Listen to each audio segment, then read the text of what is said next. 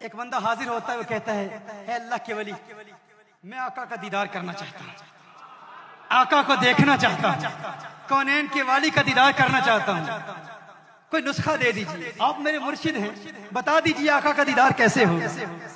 مرشد نے فرمایا آج رات کا کھانا میرے ساتھ کھانا، آج رات کو دعوت ہے، آج دعوت ہے، آج رات کا کھانا میرے ساتھ کھانا۔ وہ مرشد کی بارگاہ میں حاضر ہوا، مرشد نے کھانا کھلایا۔ اولیاء کا کھانا بھی عجیب ہوتا ہے، کبھی کبھی اولیاء کھانا کھلاتے ہیں اور کھانا کھلا کر دل کی بیماریوں کا علاج کرا دیتے ہیں، دلوں کو چمکا دیتے ہیں۔ اور کبھی کبھی ایسے اولیاء بھی ہوتے ہیں جو کسی کے مرض کا علاج کرنے کے لیے خود بیمار بن جاتے ہیں۔ خواجہ نظام الدین اولیاء محبوب الہی رحمہ اللہ کا واقعہ مجھے یاد آ رہا ہے۔ آپ بیمار ہو گئے تو آپ کو بتایا گیا کہ ایک غیر مسلم ہے جو کچھ پڑھتا ہے، کچھ دم کرتا ہے، ایک غیر مسلم ہے جو اپنا کچھ کلام پڑھتا ہے، دم کرتا ہے، اور سنا ہے کہ اس کے دم میں بڑا اثر ہے، جو کچھ بھی وہ پڑھتا ہے۔ خواجہ نظام الدین اولیاء رحمۃ اللہ تعالی علیہ اس کے پاس چلے گئے، اس نے کچھ پڑھا، جو کچھ بھی پڑھا، اب فوراً سے احتیاط ہو گئے، فوراً سے احتیاط ہو گئے۔ آپ سے احتیاط ہوتے ہیں تو فرماتے ہیں تیرا کون سا عمل ہے جس کی وجہ سے تو نے جو پڑھا ہے میں ٹھیک ہو گیا؟ اب کوئی سوچ سکتا ہے کہ اللہ کا ولی کسی ایسے بندے کے پاس کیوں جائے گا، یہ آپ کو پتہ چل جائے گا کیوں جائے گا۔ اور خواجہ نظام الدین اولیاء محبوب الہی کیوں گئے تھے؟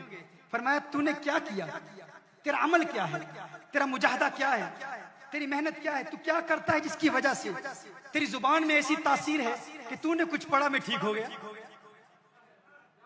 اس نے کہا مسئلہ یہ ہے میں ہمیشہ اپنے نفس کی مخالفت کرتا ہوں، میرا نفس جو کہتا ہے میں اس کا الٹ کرتا ہوں۔ نفس کہتا ہے ٹھنڈا پانی پی میں گرم پیتا ہوں، نفس کہتا ہے چاول کھا میں روٹی کھا لیتا ہوں، جو نفس کہتا ہے اس کی ضد میں اس کا الٹ کرتا ہوں تو اتنی تاثیر پیدا ہوگی، یہی میرا مجاہدہ ہے۔ خواجہ نظام الدین اولیاء محبوب الہی رحمۃ اللہ تعالی علیہ نے فرمایا اچھا یہ بات ہے، آپ نے اس کے کان میں کچھ کہا، کان میں کچھ کہا، ایک جملہ کہا، پھر اس کے بعد کچھ نہیں کہا، پھر جو کہنا تھا وہ اسی نے پھر کہا، پھر ولی نے اور کچھ نہیں کہا۔ نگاہ ولی میں سیر دیکھی، بدلتی ہزاروں کی تقدیر دیکھی، کان میں کچھ کہا، اس نے کہا اشہد ان لا الہ الا اللہ واشہد ان محمدن عبدہ ورسولہ، کلمہ پڑھ کے مسلمان ہو گیا۔ مریدوں نے پوچھا محبوب الہی آپ تو علاج کرانے کے لیے گئے تھے، یہ کیا ہوا؟ اس کے کان میں کیا کہا؟ ہمیں کیا حاجت کہ ہم کسی کے پاس جا کے علاج کرائیں، ہم تو علاج کرنے کے لیے جاتے ہیں۔ علاج کیا ہے؟ مریدوں نے پوچھا کیا کہا؟ آپ نے اس کے کان میں کیا کہا؟ خواجہ نظام الدین اولیاء محبوب الہی فرماتے ہیں اس نے کہا میں اپنے نفس کی مخالفت کرتا ہوں، جو نفس کہتا ہے اس کا الٹ کرتا ہوں۔ میں نے کان میں کہا اسلام لانے کا جی چاہتا ہے، مسلمان بننا چاہتا ہے؟ کہا نہیں نہیں نہیں مسلمان نہیں بنوں گا۔ کہا نفس کا الٹ کر، نفس کہتا ہے اس کا الٹ کر، فوراً مسلمان ہو گیا۔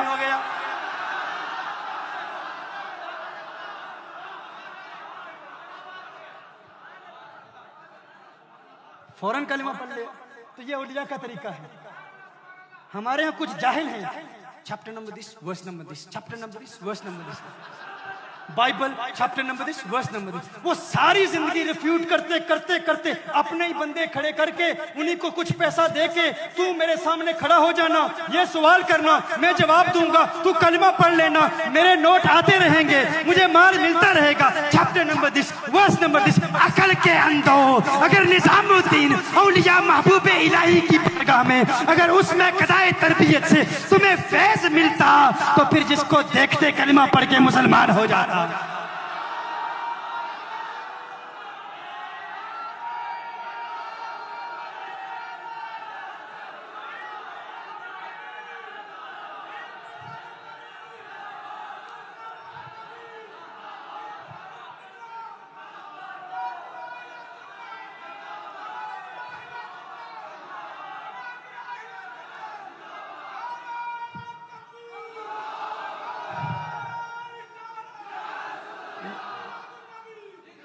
نہ دین آتا ہے، نہ درس نظامی پڑھتے ہیں، نہ عربی پڑھتے ہیں، بس انگلش کی کتابوں میں ترجمہ پڑھ کے عربک عبارت تک نہیں پڑھ سکتے. لیکن ہمارے بیچارے سیدھے سادے سنی بیچارے بہت بڑا عالم. او بھائی علم کا معیار کیا ہے یہ علماء جانتے ہیں یا تم لوگ جانتے ہو؟ ہم نے دیکھا ہے ہمارے علاقوں میں جو انگلش بول لیتا ہے وہی سب سے بڑا شیخ الحدیث بن گیا. جو انگلش میں بات کر لے وہی سب سے بڑا عالم ہے، وہ بہت بڑا علامہ ہے. بھائی کیوں انگریزی آتی ہے؟ بھائی انگریزی کو علم کا معیار ہے؟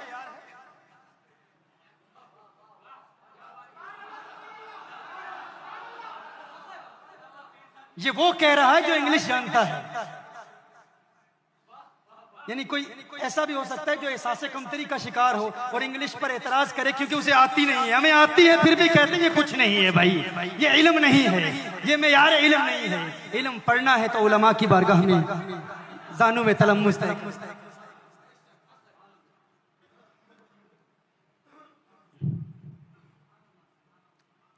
ہاں اس ولی اللہ کی بارگاہ میں وہ حاضر ہوتا ہے، آقا کا دیدار کرنا چاہتا ہے. کہا شام کا کھانا میرے ساتھ کھانا. کھانا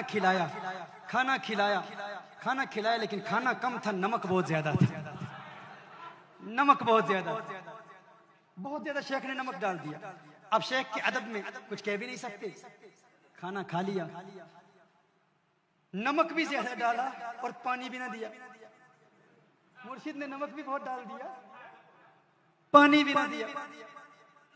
اب وہ ادبن کچھ کہہ بھی نہیں سکتا، شیخ کی بارگاہ میں حاضر ہے. شیخ نے فرمایا گھر جا کر پانی نہیں پینا، حضور کے دیدار کا نسخہ کل بتاؤں گا. اس نے کہا لیکن مرشد میرے دل میں تمنائیں مچل رہی ہیں، آرزو ہے، خواہشات ہیں، آقا کا دیدار ہو جائے. کہا واقعی خواہش ہے، واقعی دل میں آقا کے دیدار کی طلب ہے؟ مرشد بہت بڑی طلب ہے، میں تو آقا کا دیوانہ ہوں، آقا کا عاشق ہوں، آقا کو دیکھنا چاہتا ہوں. کہا ٹھیک ہے پانی نہیں پینا. اب وہ نمک کھایا ہوا ہے بہت زیادہ، پانی مرشد نے بھی نہیں دیا.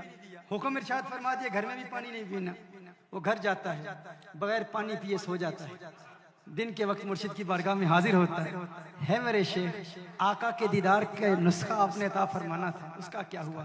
فرمایا رات پانی پیا تھا. کہا نہیں. کہا بغیر پانی پیے سو گیا تھا. کہا سو گیا تھا. خواب آئی کیا دیکھا؟ کہا دریا دیکھے، سمندر دیکھے، چشمے دیکھے، بارش دیکھی.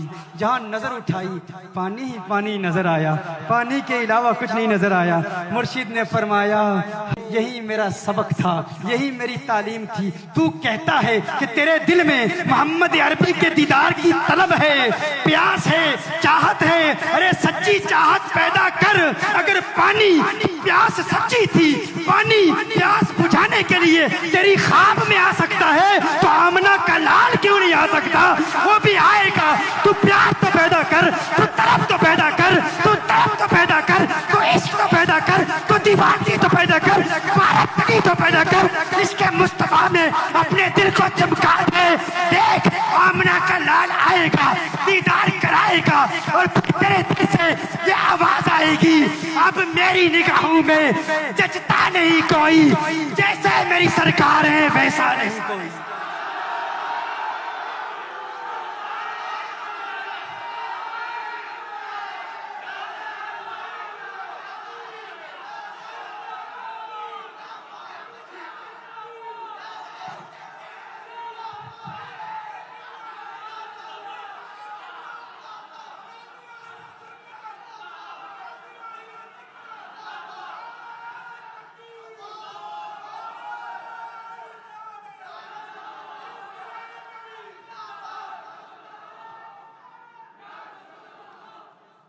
یہ میرے آقا صلی اللہ علیہ وسلم کے دیدار کا نسخہ ہے.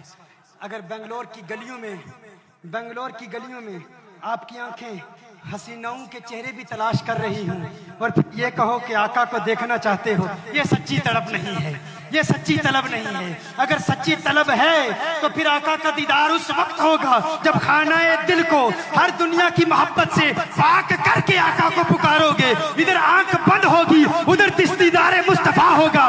جب دیدار ہوگا پھر دل سے آواز آئے گی کچھ ایسا کر دے میرے کردگار آنکھوں میں ہمیشہ نقش رہے، روئے یار آنکھوں میں انہیں نہ دیکھا کس کام کی ہے یہ آنکھیں کہ دیکھنے کی ہے ساری بہار آنکھوں میں.